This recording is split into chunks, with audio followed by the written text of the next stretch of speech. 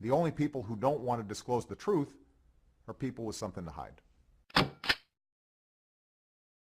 The other day, people that are now joining this fray who have not done 4 years of work on any topic, let alone this, but have suddenly decided that all the work that we've done, that you've done, that others have done on the Social Security number that Barack Obama has used since 1986 is a zip code clerical error. And I heard enough of that, and I said, there's only one person to turn to, it's you. So now there are actually radio people in this building who want to say that all of us who look at this SSN from Connecticut, that it's no more than a disinformation campaign, but it's a zip code clerical error.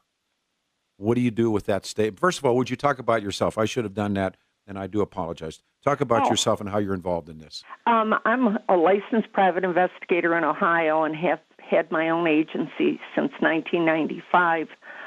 3 years ago, I started a background on Obama, and the first thing I found was him using a Connecticut Social Security number, and I instantly knew that it could not be legitimate because it was issued. First of all, he didn't live in Connecticut, and Social Security numbers were assigned by where you lived when you applied, and the number was issued in the years 1977 to 1975. Subsequently, I was able to pin down the date that it was issued to March 28, 1977. And he would have been 15 years old and in high school in Hawaii. Now, your evidence is so overwhelming, yet the questions remain unanswered. So now, in response to you, first of all, they call everybody like you or me a racist, right? And then number two, that this is simply a zip code clerical error. I read all the different attack pieces, or as many as I could in the last 24 hours. How do these people come up with a zip code clerical error? Well, they're grasping at straws at this point. And first, I'd like to say, I mean, how can we possibly be racist when he's half white? Well, that doesn't even matter. I mean, all that is it's the progressive defense that. Oh yeah, and they're getting extremely desperate. Indeed. Now, the whole thing about the clerical error, it's totally wrong. It's not a clerical error. The zip codes in Hawaii start with the first three letters, 968. At least a lot of them do. Well, it happens that Connecticut is 068, and that's where they're trying to say it's a typographical error. Except Obama lived at zip codes in Hawaii that ended with 14, 22, and 26. So what I did is I went to the postal website and found that the numbers, the Connecticut numbers ending in 26 or 22 and 26 never existed. Those were numbers that were never assigned. Now, there was a number, 06814, that did exist, but it said it was a unique number. And I called the Danbury post office where that zip code was assigned to, and I talked to an employee there, and I said, it says that it's a unique number, and he said it was. He said that number was assigned for the exclusive use of Union Carbide starting in the early 80s, and it was just taken out of service several years ago, he told me. And so, given your work and what you know, what conclusion then do you come to with this Obama SSN? He has a number that he's been using illegally since he was 25 years old. Yeah. And the truth is the president's Social Security number. Right. Begins with the digits 042. Right. And those were exclusively set aside, 040 to 049, exclusively for the use of Connecticut residents. So he would have, what are the conceivable ways that he could have gotten a number from Social Security that there's no way in this world he could have? None. There's no conceivable way. 1977, he's attending Punahou, right. and he's in the 5th grade, and he was at. No, he would have been in high school. I'm sorry. He started Punahou in the 5th grade. Is what I wanted to say. When his mother brings him back from Indonesia. Correct. His first job is at Baskin Robbins on the corner of King and Punahou Streets in Honolulu. I looked up the address. Yeah, if we're to believe that is true. If that's true. So this is the first place he has a job that we're aware of, and again, because the official story is just riddled with lies anyhow. Right. But would you lie about pitching ice cream? I don't know. But he gets an SSN and now they're saying with an area code number, or whatever the hell they say. Yeah. He's 15. He lives with his grandparents. Right. On Bertina Street.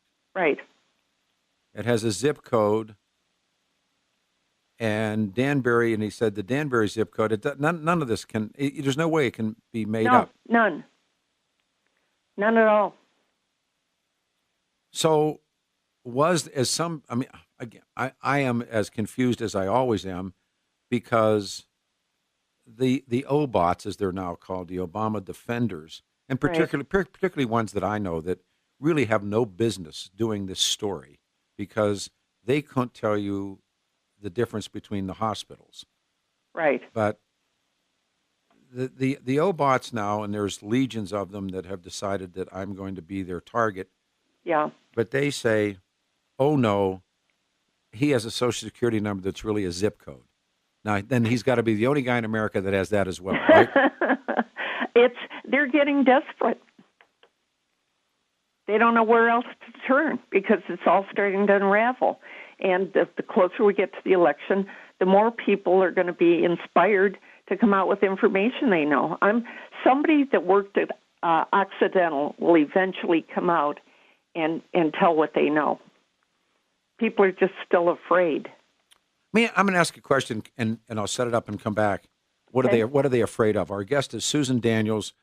I, of course, am the unknown comic, and comedy is my bag. I always like to start off by handing out some autographed 8x10 pictures of myself. Here we go. The unknown comic.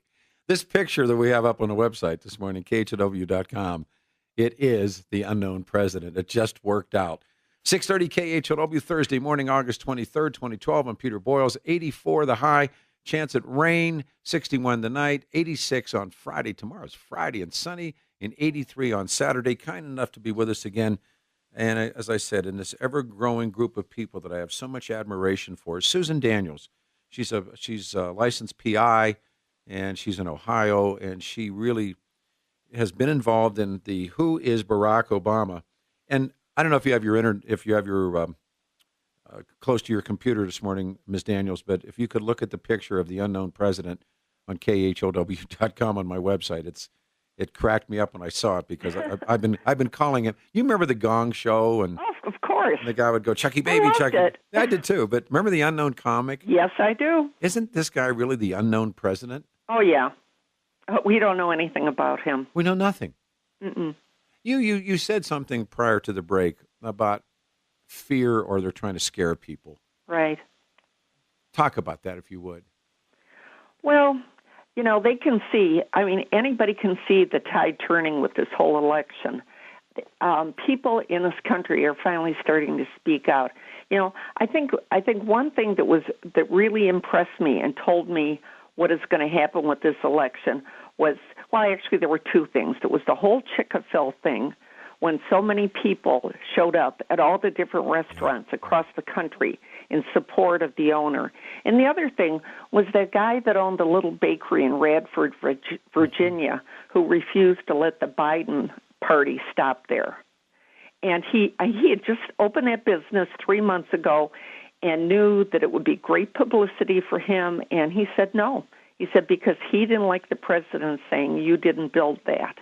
And he took a stand, and he ended up getting more publicity than he would ever have gotten by Joe Biden stopping there. Let me come back to some people who are sending me emails here about you. Okay. This is an email that says, let me jump and make it come up. I've had a couple come up, and I want this one to come back. Peter, I'm still confused. Is your guest talking about SSNs or zip codes? We're talking about SSNs, but if you would, Susan, go back over it again. on the zip code clerical error, i.e., Social Security number from Connecticut. Okay. The Social Security number that he uses is 042684425. That number was issued in Connecticut on March 28th, 1977. When I put that number into the databases, the name of Barack Hussein Obama comes up. Now, the zip codes, people are trying to say it was a typographical error because the zip codes in Hawaii start with 968. The zip codes in Connecticut start with 068. So they're trying to say that some Social Security Administration worker hit the wrong number, and that's how Barack Obama got that number. And I'm saying it's impossible because the zip codes in Hawaii where Obama lived were 96814, 96822, 96826. In Connecticut, there is no 06822 or 26, and 06814 was set aside for the exclusive use of the Union Carbide Company. And this guy ain't no lamp. No, he is definitely not a lamp. Yeah. So, with just a few minutes again till the end of the segment, and you're so terrific. Well, thank you. No. Truth is, so now what? I mean, you were talking about as we get closer, the drum beat gets louder. Oh, yes. One of the things that made me happy, and not that I think he's the end all, also because I met him once and he's a stiff, but Stephen Forbes has joined the argument along with Donald Trump as who is Barack Obama.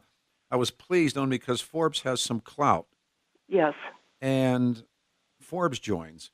What do you think it's going to take, Susan, for this egg to break and this story to really spread wider than it has? Just more and more people coming out with information they know. I mean, there had to be thousands of people in this cover-up. It had to be because everybody that's working for a governmental agency who knows the truth knows what's going on, and they're either worried about losing their job or they're just afraid. What would they be afraid of? I mean, I hear that all the time, the fear factor. Well, if you look in the background, I mean, there was a guy named what was his? I can't think of his name right now. It was Quarles Harrison, Lieutenant Quarles Harrison, and lieutenant is not a military or police designation. That was his first name, but the police arrested him in 2008 in Washington, D.C., and he had with him passport applications and other things from the State Department and in his car when he was arrested. Well, he immediately promised that he would help. He said that there were people inside the State Department and that were forging documents, forging passports, and that he would assist the police in it to get himself off the hook. Well, 1 week later, after he was arrested, he was found murdered in his car. This is not the first person that has been murdered and associated with the Obama administration. That's what people are afraid of. I think they're afraid of being killed. Are you? No. I mean, I don't see it. I mean, I know that I read that kind of stuff on the internet that people that, for instance, that tried to look at scholarship money were imprisoned and that kind of thing. You hear all these stories, but I and the total lack of attention that's paid by anyone outside of the alternative media to this story. And you're excellent. I mean, there's a bunch of intellectual lightweights that have radio shows that want to say, "Oh, this is just a zip code," and I'm going, these people have read nothing. They've looked at nothing. They've spent no time. That's what's so frustrating to me. People that want to have so much to say and don't have a clue what they're talking about. It's very frustrating to me. Yeah. All right. As always, you're terrific. Thank you for coming on, talking about it. Thank you.